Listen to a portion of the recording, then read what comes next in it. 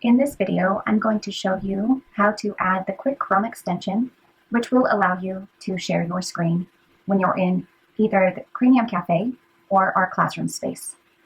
Now, I've already entered my cafe, and you'll notice here in the upper left-hand corner, next to where my video stream would be, is an orange and gray box. It does read Install Screen Share. If you've already added the Chrome extension, it will read as Share Screen. Now I simply select Install Screen Sharing. It's going to open up the Chrome Web Store.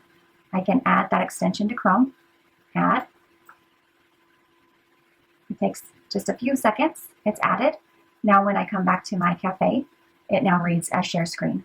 I simply select on Share Screen, and I can select which monitor. If you have multiple monitors, you can select which monitor you'd like to share.